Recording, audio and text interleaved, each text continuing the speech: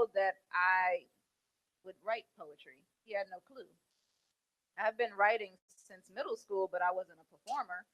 So one day he came home and I was like, "Hey, I wrote something. I want you to hear it." And so I ended up saying it, and he was like, "Are you kidding me?" What kind of piece was it? It was a piece describing herself. So let me get. Have you ever been this intimate where you were? Was you hearing something that you hadn't heard thus far? I had never heard her do poetry before in my life. Okay. I mean, again, I'm it's talking about the stuff that she was bringing up the also. well, she's always been very open with me about her life, but never had I heard it written in the form of poetry. And when I heard it written in the form of poetry, it was like, wow. Open did it intrigue you? Did it open your mind up even more to your wife, or what did it do hearing her do this piece? Well, I always say that it's a piece that I wrote too. It's a piece that I wrote 3 years before I met her. It's a piece called Her Diary. And in this piece, I basically describe a woman, the exact woman that I want, all these things that I want.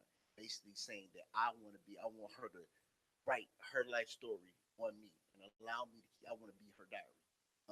And that's the basic essence of what that piece is. What I do is I describe her, literally, like the exact person that she is. I describe her in this piece 3 years before I met her. Wow, how real is that for a premonition, right? Yeah. Yeah, 100%. Okay. Aww. Yeah.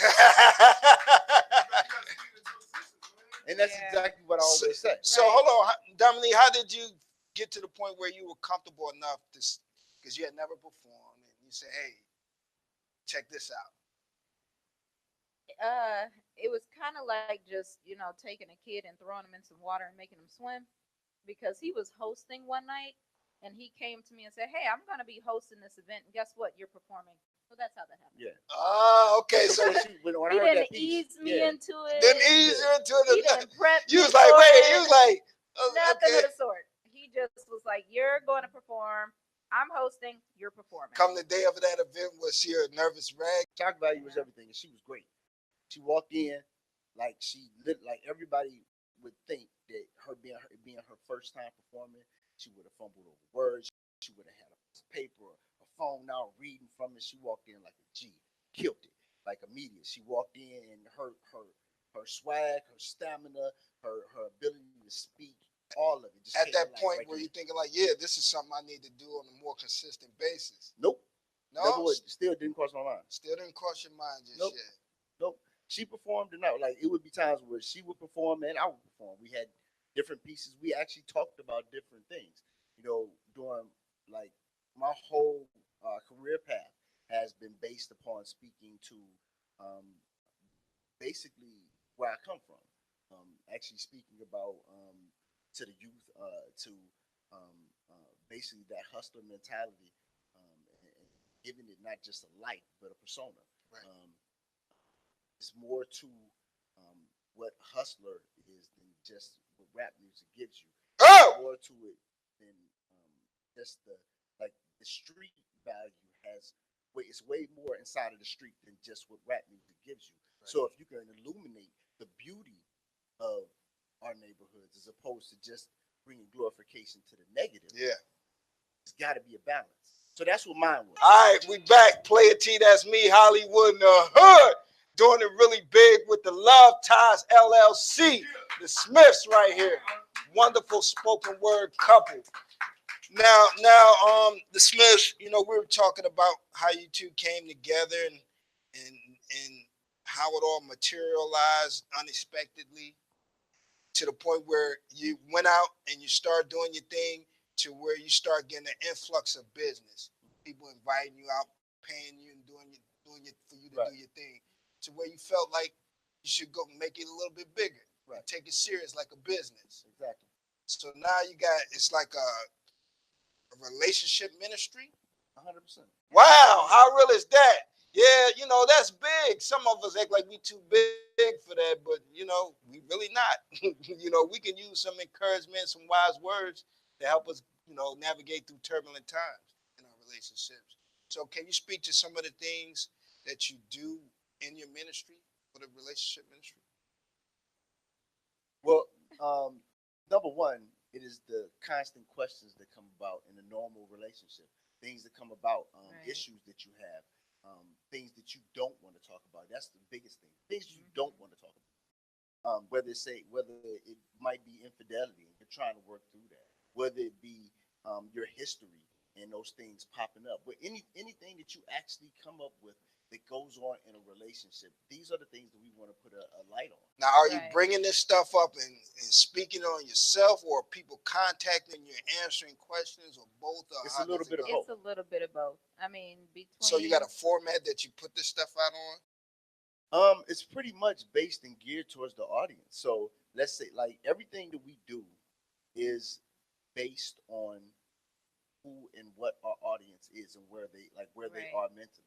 So it's not about like we don't prepare a thought like, hey, we're gonna do this and then we're gonna do this and then after that, right, it's all about enjoying what your crowd and your audience feels and right, getting the energy from them and giving them back Oh, what they so let need. me get this straight. So you get to a venue and you won't really have anything planned, but you'll do a piece, you fill out the crowd, and then you'll speak on relationship issues as Exactly. yep, from yep, the energy you It's get a from the yep. vibe. crowd. Yeah, That's dope. we've switched up a lot of shows Exactly. Now based hold on. on the Now crowd. review. At these events and you're talking about this stuff and people bringing stuff up to you and asking you these questions and you're speaking on it. Does that bring your own relationship into light? What it does is allow us to number one as we write, it allows us to be able to any issue that we have. Like let's say for instance, we got into an argument today. Damn. But Let's say I'm for glad instance, it worked out. You know what I'm let's say saying? for instance, I'm let's just glad say it worked out. let's say for instance, we got into an argument today. What we Okay. would do is within the next two, maybe today, we would start writing to each other. And in turn, a lot of pieces come out of that. A lot of Right, things, like just real life conversation. And that is one of the biggest things. Like what we write about is not fake. So we capture our actual real emotions, right, put them on paper, and allow people to feel them the same way that we feel them, and then find a conclusion at the end. The fact that we're still together means that our relationship not only is working, but we're finding ways to work through the through problems that we right. have. So you guys would tell anybody that that's a wonderful thing to do, like Yeah. express yourself right to each other. Hmm. Absolutely, because a lot of times when you have conflict, a lot of times you're waiting to say what you want to say and you're not listening. So sometimes you got to put things out on paper so that they can really take in what your points are and what you're trying to get across to them. Right. For us, we communicate, we talk a lot. I mean, even when we have our disagreements, I mean, it's been a process. People say, "Oh, you guys are so perfect." No, we had to grow together. We had Exactly. to make the decision that we were going to communicate through everything and things like that. Wow. See, we had to make the choice to communicate. Right, Yeah. I hope right. everybody picks up on Good, that, bad, right? and ugly. Good, bad, That's and the ugly. main thing. Without communication, you don't really got much. Right, right. You don't have no patience And if you don't have communication. and you have to Right. learn how to Yeah, all communicate respectively yeah, because yeah, a lot of times, yeah. people, Right. they get to cussing at each other, yelling at each other, calling each other names and things like that. Like that's not going to fix your relationship because at the end of the day, all that screaming and yelling that you did, and I hate you, I can't stand you, get out my face, get out my house, you still gonna want that person to come back because you love them and you Right. want them there. So why not learn how to one agree to disagree? Sometimes you are not always going to be on the same page, but you got to respect each other's opinion in general. So Well, how do you so you operate through your social medias as Hmm. far as with your relationship ministry, Right. uh-huh, and people can hit you up and then you'll respond, Right. yep, and then if they want to book you for certain events, you'll go and do yep. things like that. Do Exactly. you got a particular project, a poetic project that you're working on together? Actually, two. Book, yeah, Okay, Two. you got the book, It's a book and a and CD. a book and a Love CD. Ties. Yep. Yeah, Love Ties is the moniker, and the book. It's always been like for me. It started off a book that I was writing, and kind of like merged with us. Right. Meaning you contribute contributed to Right. the book. It's Right. a whole nother side to the book, to say the least.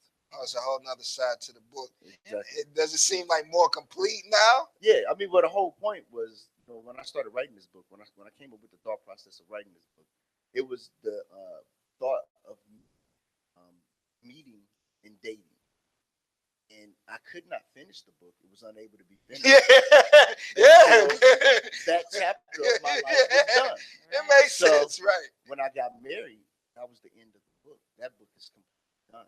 Right. So, like I said, it's a whole nother side of the book because she has a story of her own to tell. Right. Does the poetry and working on the poetry together help keep the relationship sizzling and spiced up?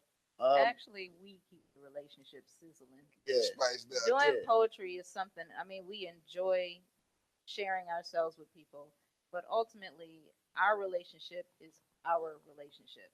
The poetry is an extra blessing. Right. Yeah. What I learned though, I learned that couples do have something together Excuse me. makes a relationship a whole lot better. Yeah. Yes. Yeah. Yes. When a couple got together, when they got a hobby that they love together, it makes a relationship a whole lot better. It's like it's separate worlds. Exactly. You doing your work, she Right. doing her work, you're tired, you ain't got nothing going on. Boom, Mhm. boom. But when you got love times, when you got the LLC, Right. Exactly. it makes it a whole. Right. Now, can you speak to how you were able to, like I said, open yourselves up, be vulnerable? Because that's everybody can't do that. You might even be in a relationship, but to be able to express yourself like you're doing so intimately through your words and everything, and Right. passing stuff to each other. Can you speak to how to even get to that point in a relationship? I can speak from a female point of view. I mean, a lot of guys feel like if they open themselves up, that a woman's going to look at them and think that they're weak or something like that. But to be completely honest, if you allow a man to be vulnerable to you and not look at it like, oh, he's just being a punk or he being weak or what have you, you're going to get so much more out of that man than you want. You know what I mean? That you want, because Jim right there, y'all. we have to stop as females thinking that men don't have feelings and men got to be hard all the time and all of that. That's not the case. That's And, not the and case. let's change the persona, the theory of what poetry is. Poetry is not soft. There's nothing Right. soft about poetry. Right. There's nothing soft about being able to capture your emotions, put them down on paper, and do something more creative with them than just scream. Right. And yell at the world. It's a huge, like, one of the strongest things that a man can do is to be able to be open. That's right. So that's That's dope, man. Now, can you tell everybody out there watching where they can find you at on the web so they can patronize you and want to get down with y'all? We are on Facebook. We are at Love Ties, the Art of Mr. and Mrs. Smith. We are on Instagram at Smith_Love Ties. And we are on Twitter at Love_Ties. And I'm currently working on our website now. So that'll be out soon as Is well. the book out? no, not yet. Not yet. Yeah. Right. We're working on it. It's under construction. Under construction. We melt into each other's presence, creating puddles of us. Conforming like wax to a candle's flare. Love and lust become synonymous. Embracing realistic waves of pleasure and pain. We are where broken promises mend. Joining hearts equally in the middle. Alpha and Omega. Beginning and end. We are the best points of an argument. Right and wrong doesn't always come easy. That look of astonishment in winning when you had every reason to lose. At times, opposition is imminent. We are where opposing views see eye to eye. When one is cut, the other will bleed. We are where separation dies. Until we take our last breath, we live in each other. The vibrant colors of love language. That look of anguish while waiting to meet your soulmate. Multiple takes in a movie that are nameless. We are the kiss at the ending. Love Ties, the art of Mr. and Mrs. Smith, a.k.a. Casablanca.